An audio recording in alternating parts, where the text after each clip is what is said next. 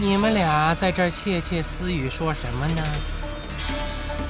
中了透骨青还能活到这会儿，你可真是福大命大呀！哟，原来是个多情种，舍不得死。楚中官既然清楚，那就必定知道今日你我之间不能善了了。哟，好大的口气呀！义兄，殿下，殿下，小皇孙啊，不，殿下。这陈家夺了你萧家的江山，你却给人家的小皇子卖命，简直愚蠢至极。那楚中官呢？你出卖了我父亲，杀了我叔父，卖主求荣。这几年在地下山庄过得可还好？楚中官既然认出我是谁了，那么今日新仇旧恨一并了了吧？好啊！都说这推云掌风华绝代，在我看来就是蠢人的功夫。你的老师误了你，教了你一身妇人之仁。怎么，今日想用这柔弱的功夫和你借来的内力跟我斗？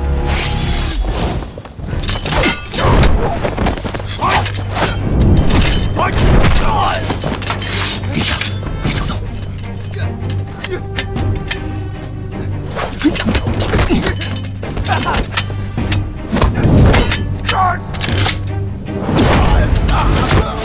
阿肥，该你了。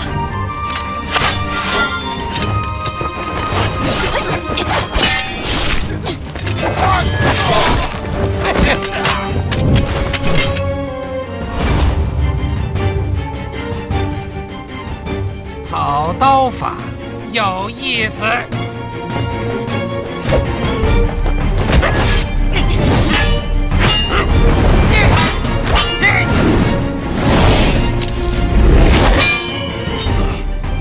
阁下何人？报上名来。无名小卒，不足挂齿。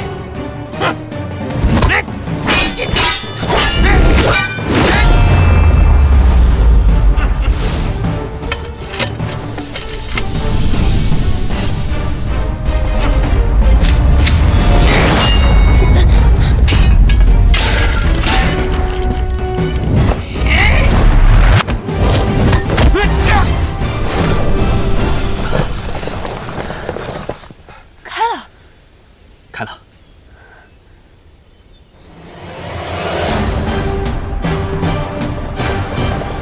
找到了，周姑娘，找到了。你怎么还在这儿？快走！子琛，接刀。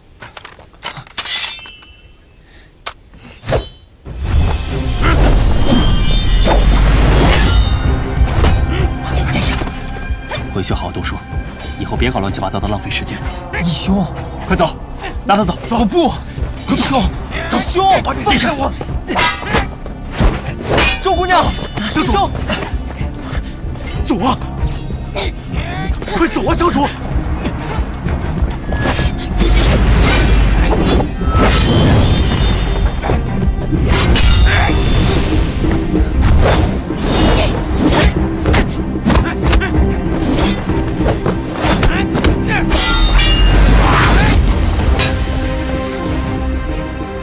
哟，小皇孙你好气魄呀！怎么不带着姑娘一起走啊？他不归我管，而且他也不会走。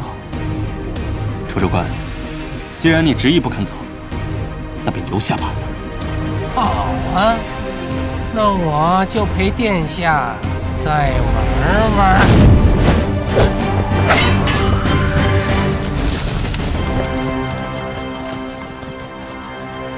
殿下，殿下，你就放心吧，有周姑娘在，谢公子不会有事的。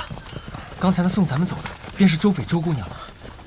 啊，是啊，她刚才挥刀的样子，当真是风华绝代。殿下，咱们还是赶紧走吧。殿下，走吧。少主，快走吧！走吧，少主。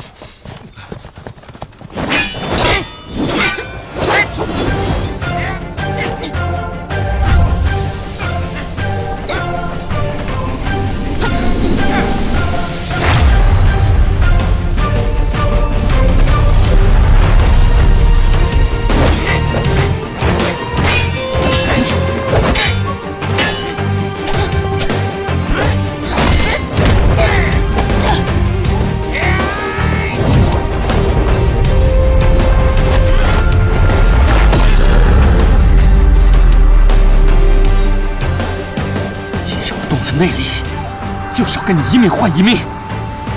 楚主管，把命留下吧。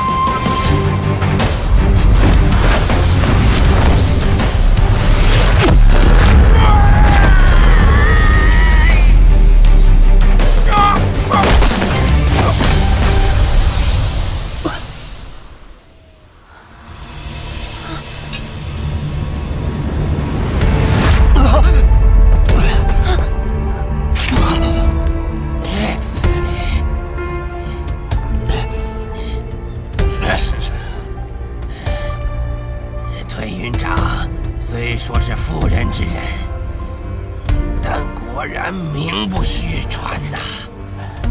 如果没有门第之分，今日咱俩的交手可算是近20年最值得一看的较量。只可惜，你身上还有一层透骨青啊。前些日子，你已经在48寨发过一回功了，这毒性会跟着你毫不收敛的用力，而渐渐越发来势汹汹。接下来，你就是关节凝滞，血脉堵塞，然后就……这得多亏了连胜，要不然今日我还真从小皇孙身上占不了什么便宜。你敢让他动内力，今日我必定不会让你生离。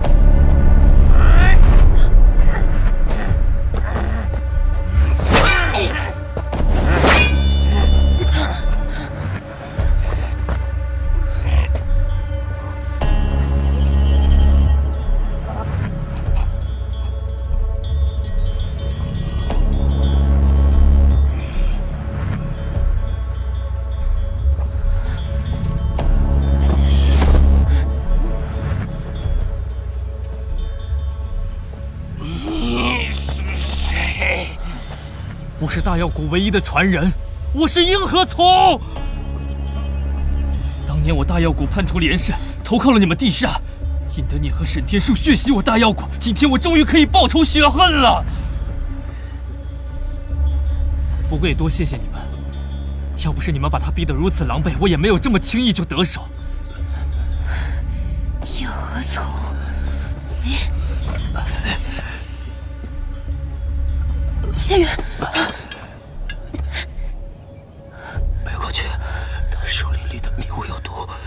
这叫做凝络，是一种蛇毒，把它制成粉末，一遇水汽便可化作无色无味的毒物。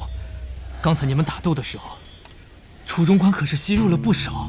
这种毒，内力越高的人发作就越快。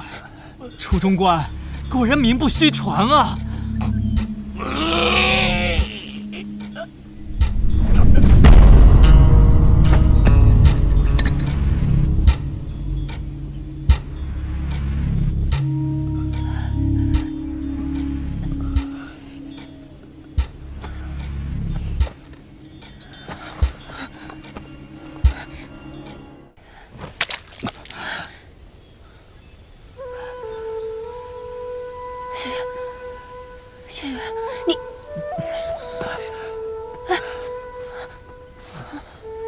没事，我没事。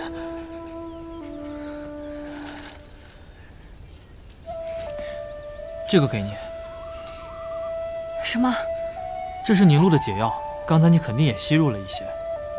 我知道，江湖中有个不成文的规矩，不论你能力大小，出身如何，只要淬了毒，那就先落了下场。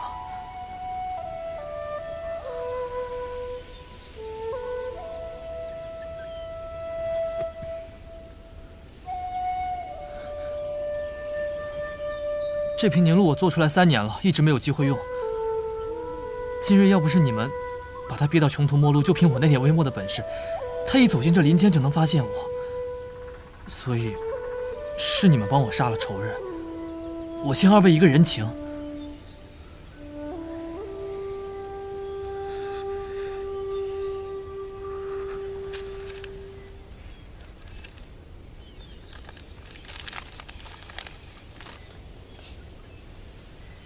怎么只有1个？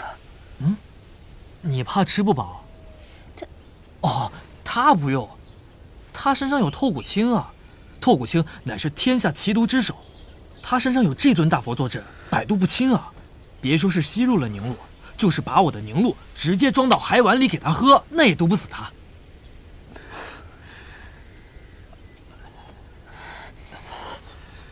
幼崽，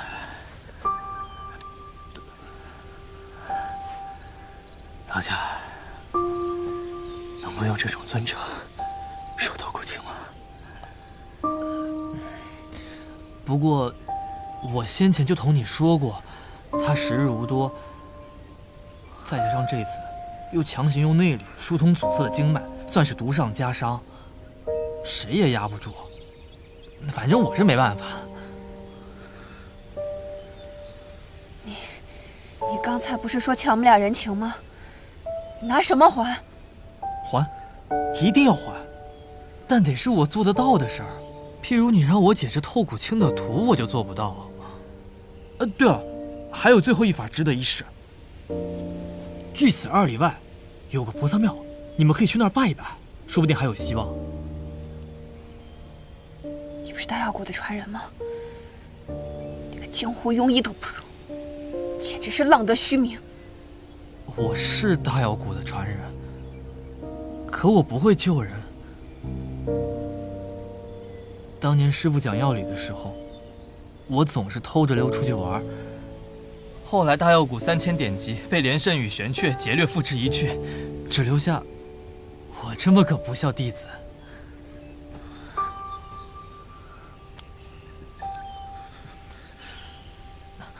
我不是什么药谷传人。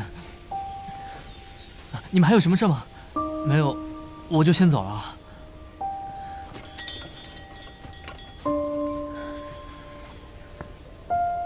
阿飞，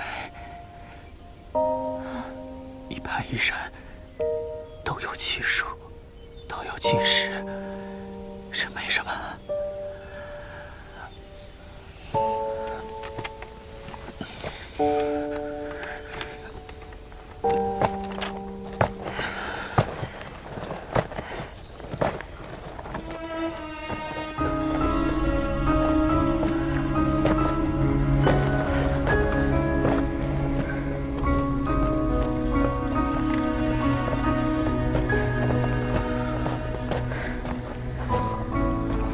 去哪儿啊？去求菩萨。你说，如果你是我，哪怕最终功败垂成，也能比得上也。20年后，还能顶天立地。这话我信了。如今不成就是不成了。你那说好的顶天立地呢？要真是哭鼻子，可就是食言而肥了。闭嘴！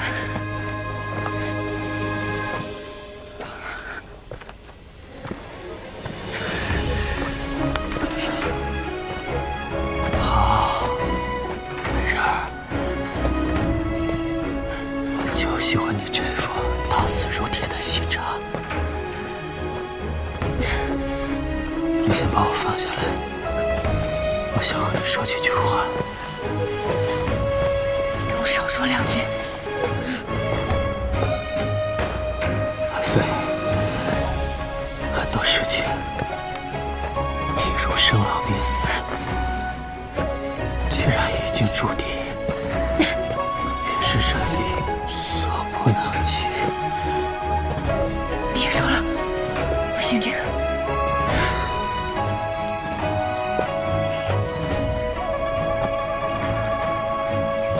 阿飞，以前同你说要你做王妃的话，是骗你的，不当真。别做梦了，谁要做你？因为我也不想做什么皇后，当什么天子。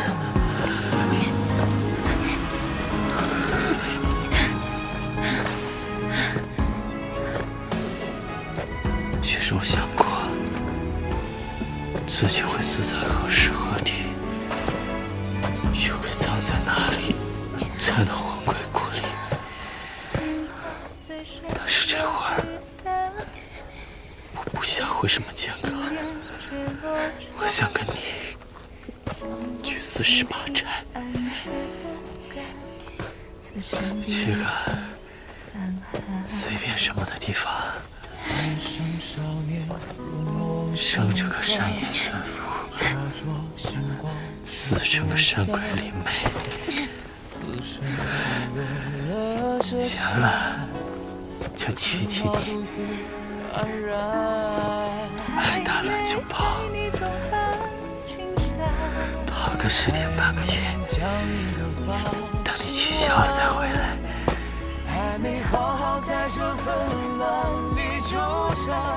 每日受气，也没有怨言，因为你在的地方就是家。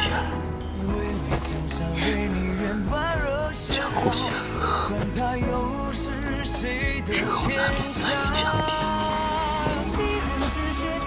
不论你是神功几载，生命几丈，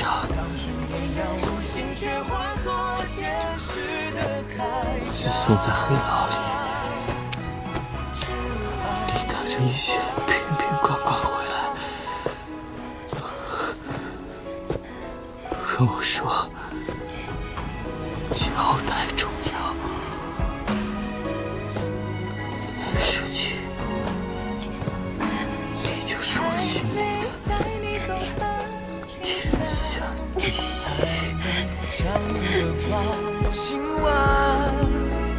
还没好好在这纷乱里纠缠，欠你那把刀还没还。阿飞，今日暂别，20年后我仍去找你，要一言为定啊！巍巍江山为你愿把热血洒，管他又是谁的天下。气恨之血飘到哪里才是家？不如让我把你融化。当君月亮无心，却化作前世的铠甲。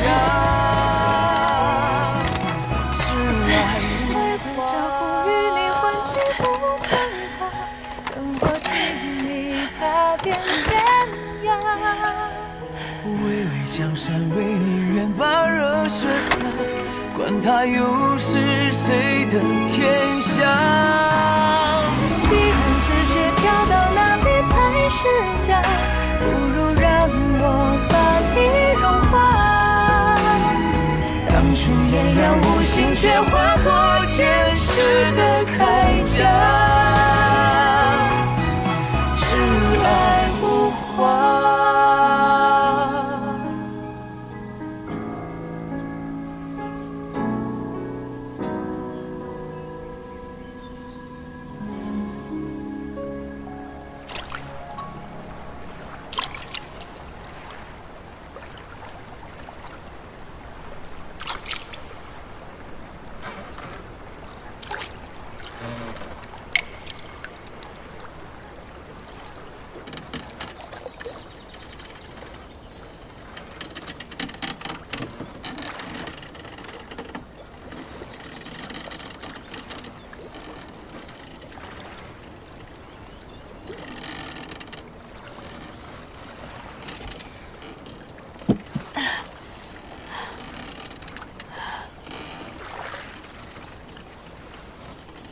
刚才在干什么？我在哪儿？小姑娘，你这命是捡来的吗？怎么一点也不知道珍惜呢？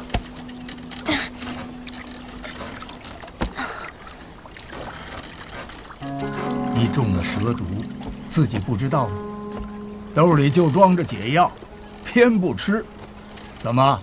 想试试自己能活多长时间，是不是？这说话不正经的口吻，怎么那么像谢大哥？谢大哥，谢大哥呢？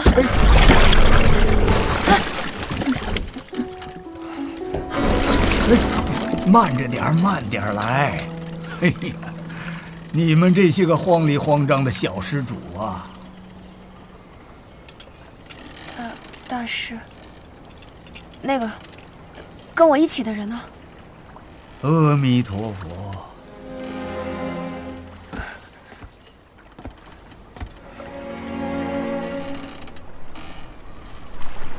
姑娘，你要往何处去？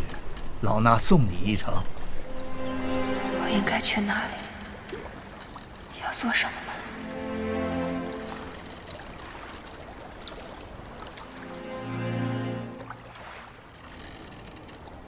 大师，你有酒吗？老衲倒不曾预备。船棚上挂着个水壶，里面煮了些水。姑娘若是不介意，可自取饮用。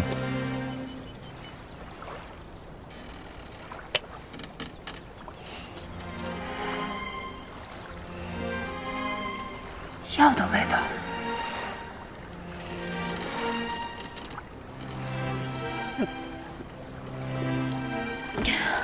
咱们已经出了零陵城，再往前走就彻底离开了这方地界。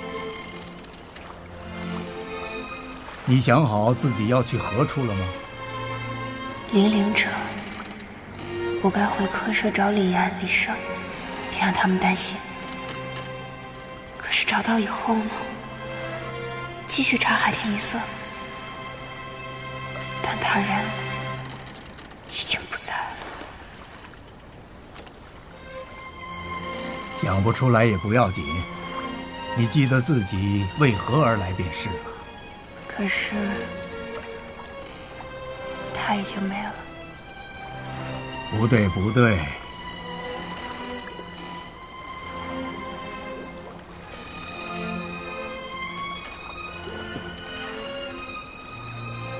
我帮帮您吧。你会划船吗？您教我呗。这玩意儿怎么往前走啊？你再好好想想，你是为什么而来的？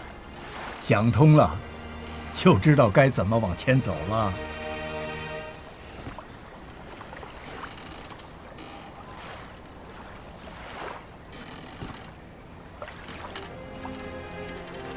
难不成我遇到了一个疯和尚？你所说的那人，不过是途中一段起落聚散皆无常的缘分。既然是偶遇，又怎么能说是为他而来呢？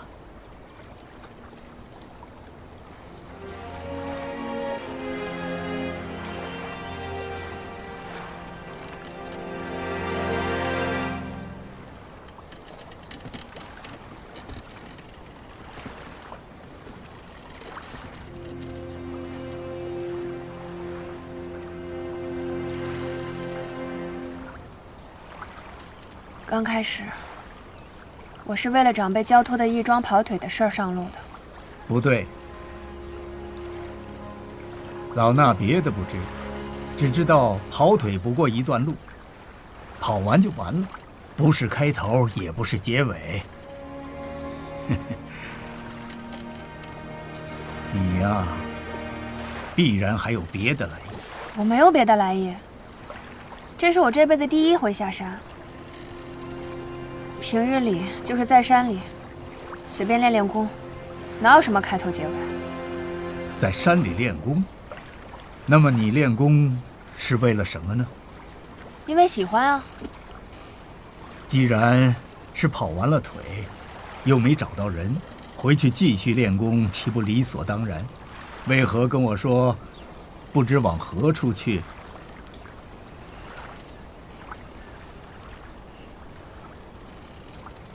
你练功是为了什么呢？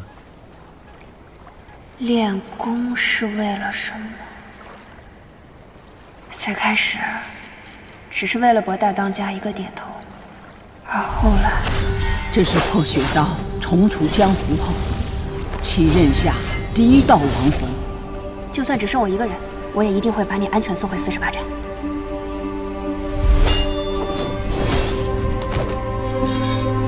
他一出关呐，便遇到了地煞攻打霍家堡。那女侠凭一己之力，力克了地煞，杀了鹿犬煞，一路直奔衡山，冲出了一条血路。到了衡山，引出了青龙主大魔头，斩杀于衡山脚下。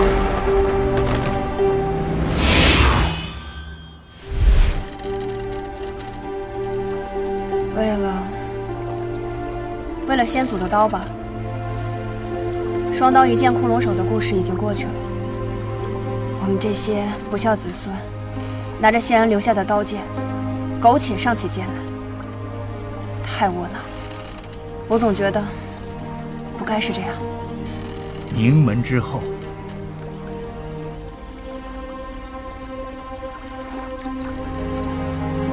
是了，家里眼下还不知道怎么样了。如今霍连涛一死，往后丁魁之流不是更加肆无忌惮？我得回去，把这些事跟大当家好好说一说。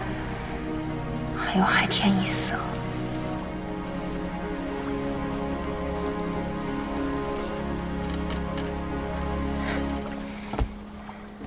大师，麻烦你送我回一趟零陵城外吧。你去船棚里看看。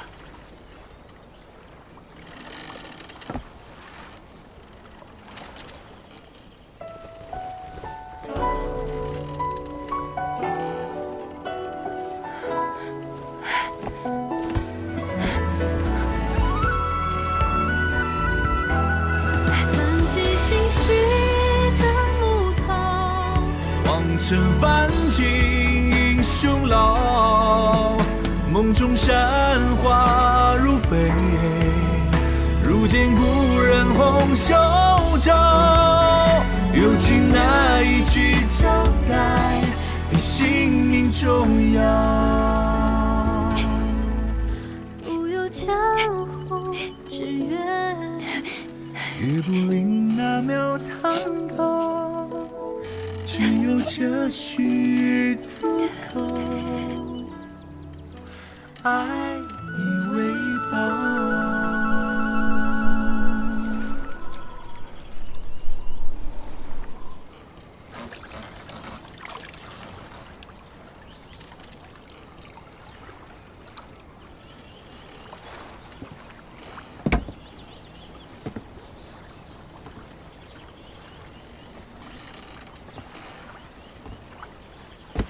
大师，他现在这样还有什么办法吗？老衲只能以银针服以一些药物来吊住他的小命。究竟该如何驱除这透骨青之毒？我们几个老东西好多年前便开始琢磨了，至今也是没什么眉目。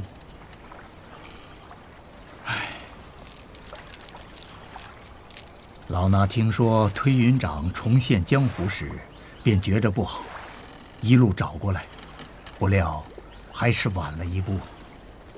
这老和尚似乎与谢大哥熟识，是特地来找他的吗？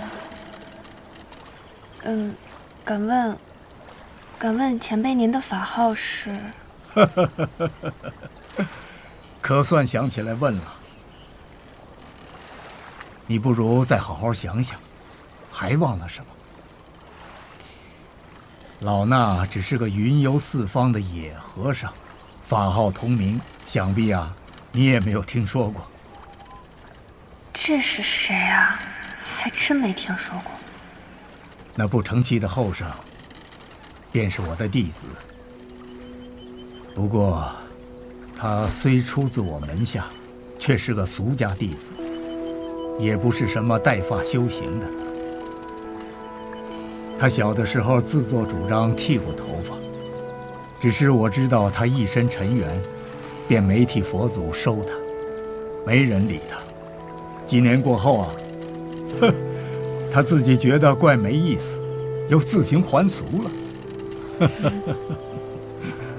大师，我终于知道他这啰里吧嗦的习惯是跟谁学的了。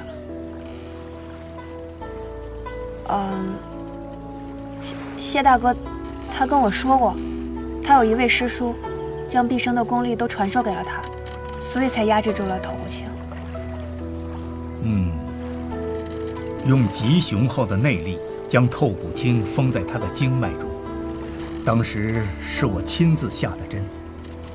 那时我便觉得此计不过权宜，不能长久。再者，安之这孩子天生情深，叫他一直冷眼旁观是肯定不能的。安之，他一个师叔给他取的字，没告诉你吗？他告诉我的是谢梅梅。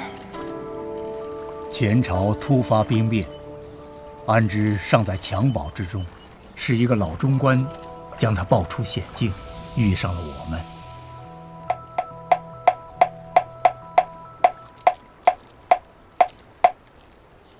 师傅，我为什么不能出家呢？我师父是个大和尚，我就应该是个小和尚啊。遁入空门，是看破红尘。安之，你知道什么叫红尘吗？我看你啊，就是没出息，想逃避责任。我为什么非得要有出息呢？我又不能决定自己是谁的儿子，我要是能决定，就不当父亲的儿子。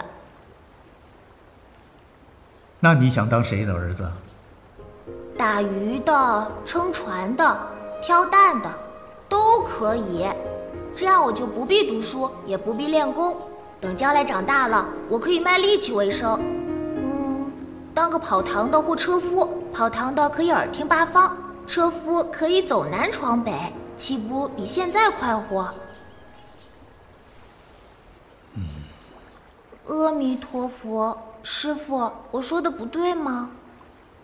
你只看到海边那些卖苦力的娃娃们自在，却不知道他们这一辈子快活的时光只有这几年。一旦身子骨开始抽条，便要替家里干活，挑担的要挑一辈子的担，撑船的要撑一辈子的船，日日起早贪黑，糊口尚且困难，遑论听风赏月。身后一家老小都是石头，沉甸甸地压着你，让你病不起，死不起，只好低着头往前奔。这还是太平年间，倘若有个天灾人祸，那便更惨，夭折的比活下来的多。你知道他们心里在想什么？阿弥陀佛。他们在想，我为什么不是公子王孙？那些女娃娃们更苦，幼时祈求父母垂怜，不要将骨肉发卖；挣扎着长大出嫁，要祈求婆家垂怜。生死祸福全部由己，这是生而为人，拖上了牛马的命。你又知道他们心里在想什么？生老病死，此乃生之苦。凡人奔波半辈子，都是为了挣脱娘胎里带来的命。哪是那么容易的？你单知道自己的苦处，却没见过别人的命啊！师傅，世上可有不苦的吗？师傅，世上可有不苦的吗？那都是有大造化的人，有父母长辈顶着锋刀双剑，他们才能一生下来就是自由身，是前世修行来的。你我没这个福分。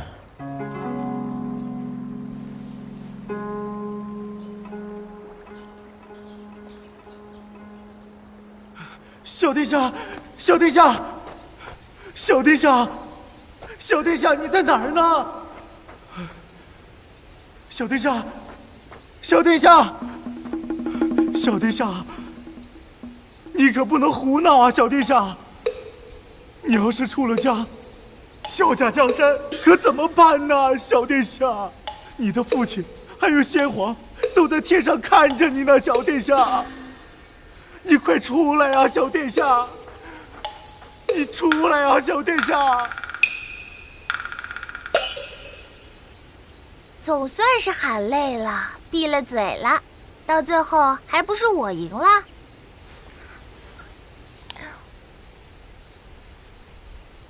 王中官，我给你带点野果子润润嗓。王中官。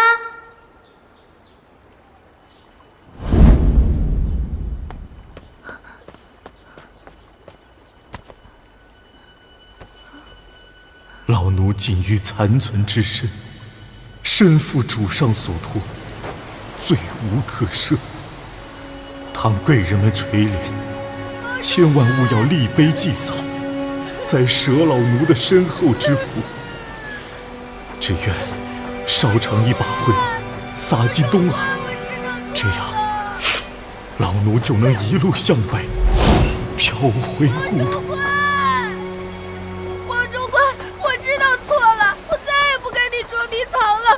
出来！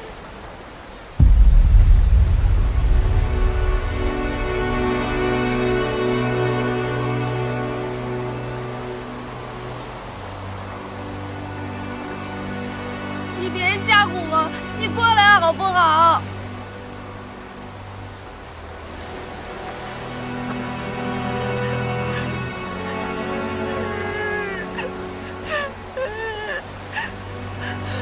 师傅，快救救他！阿弥陀佛，众生皆苦，愿施主解脱苦海。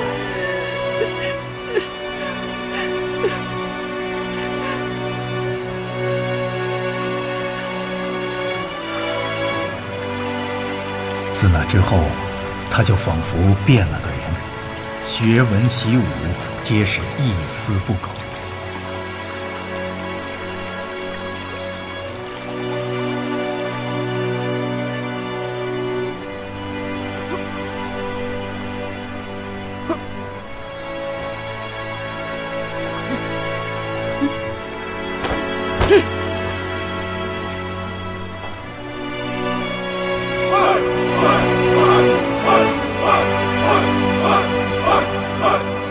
原本我们以为他走出蓬莱便永无归日，谁知我们很快再见到他，那时他已经身中透骨气。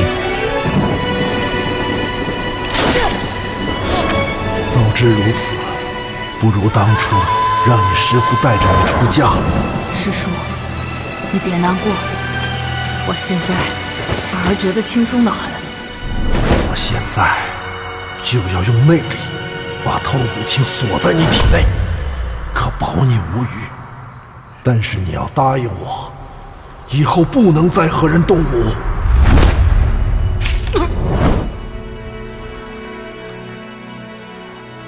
怪不得他总说他自己这条命来得不重不小，可这些哪一样由得了他呢？姑娘，那确实有些事要劳你相助了。不过这一日你经历了大喜大悲，心神不定的，不妨稍歇一会儿。这事儿啊，也不急在这半日。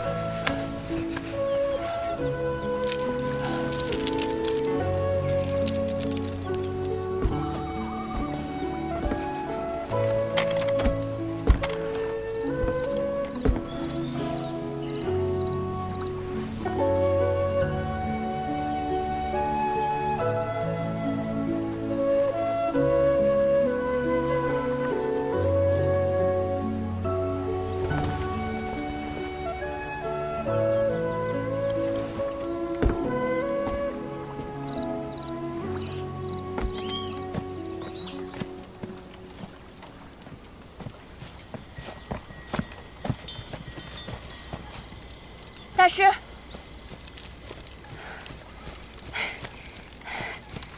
大师，他现在这样，当真没有办法了吗？透骨青之毒，天下至寒。自他中毒之日起，我们几个老东西便开始琢磨了，至今也没什么眉目。但凡是毒，总要有个来由。给他下毒的连胜不见了，我便去找他师傅。若他师傅也死了，我便寻上他师门。我就不信这天下奇毒就是凭空冒出来的。你说的不错，这透骨青确实有来头，而且来头不小。我查过一些道听途说的记载，得知这透骨青本是大药谷药王经中的百毒之首。若要能找到这本药王经，或许能看到其中的解药配方。那药王经在谁手里？我去哪儿找？可惜，这药王经恐怕早就不在世上了。什么？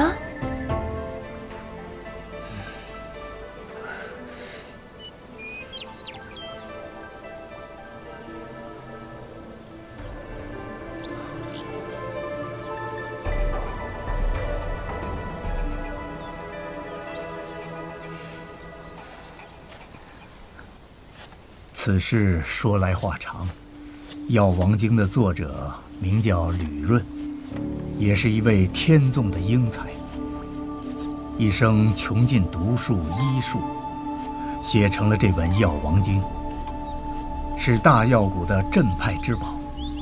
只可惜，在那场浩劫中，付之一炬。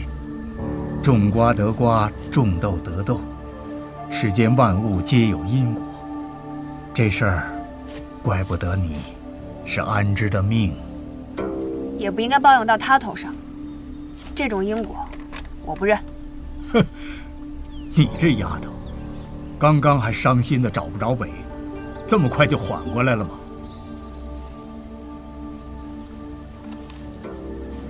既然大师出手了，就说明还是有希望的。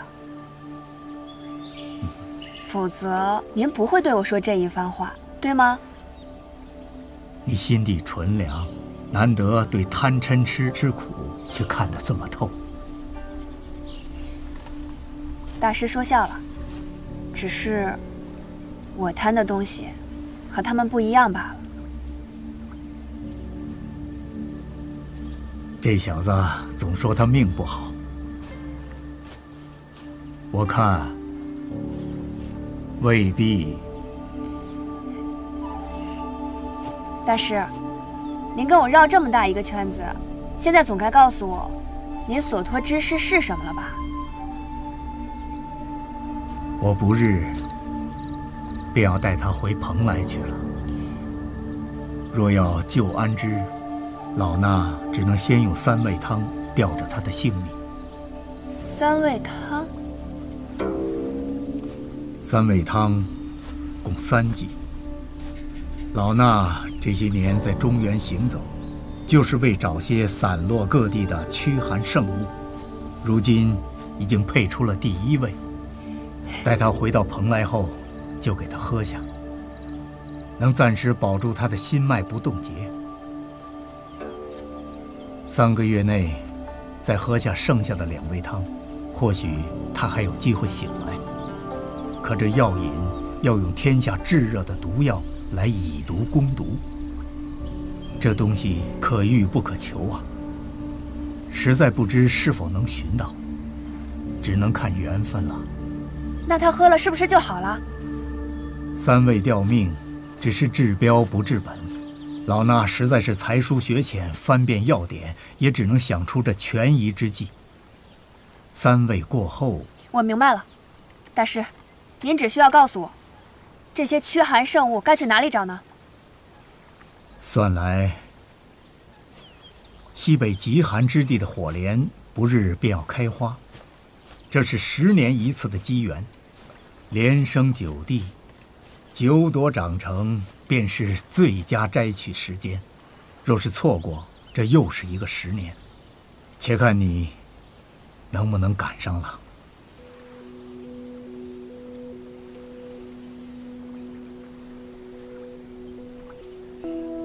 火莲我一定拿回来，让他一定等我。丫头，你有没有想过，即使踏遍人间，最后依然可能遍寻不到，结果仍是一场虚妄。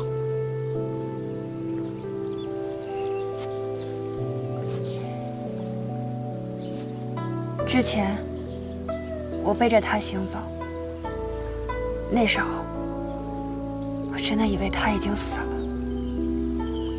万念俱灰。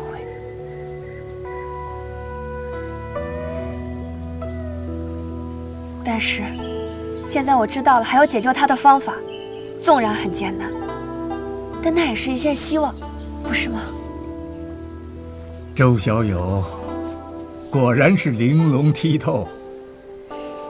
孩子，去看看安之吧。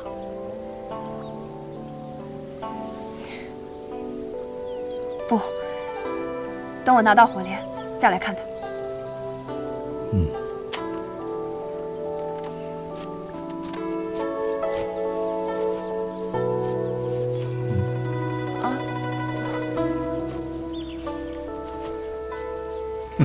这丫头，哎，你忘了这个？这是多少人舍去身家性命都要去抢的东西，你倒好，把东西扔在路边，居然还能忘了。我一路带着累赘，您先帮我收着吧，等我想起来再回来取。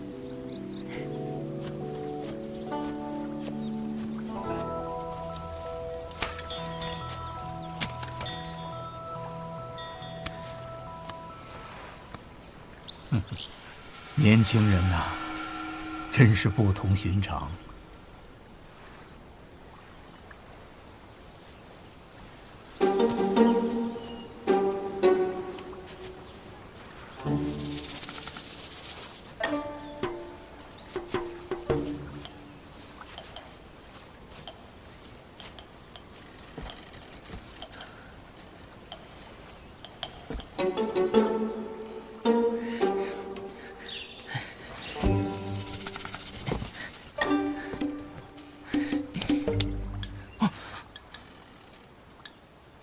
奇怪，他不是刚死吗？怎么就跟冰块似的？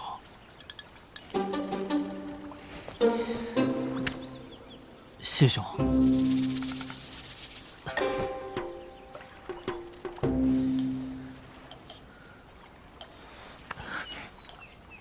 那个，你活着的时候我没能救你，现在你死了，我拿你的尸体去研究透骨青，也算是帮你积些德吧。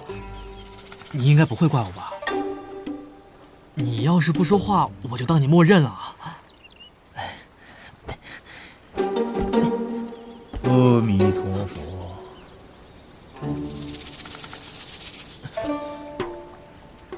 大师，您别误会啊。小友，我的徒儿，还是我自己管教为好。啊？死人您都能管教？他没死啊！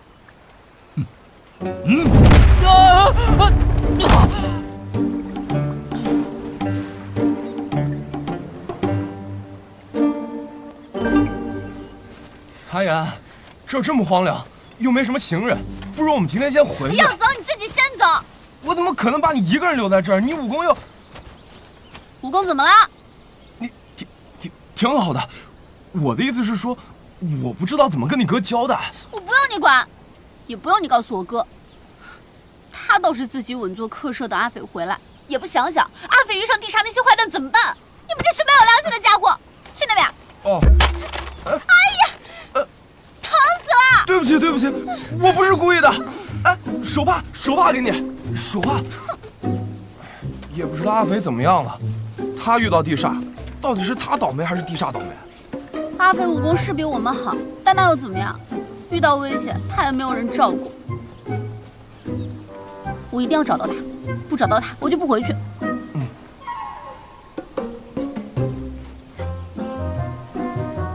那里怎么有个人？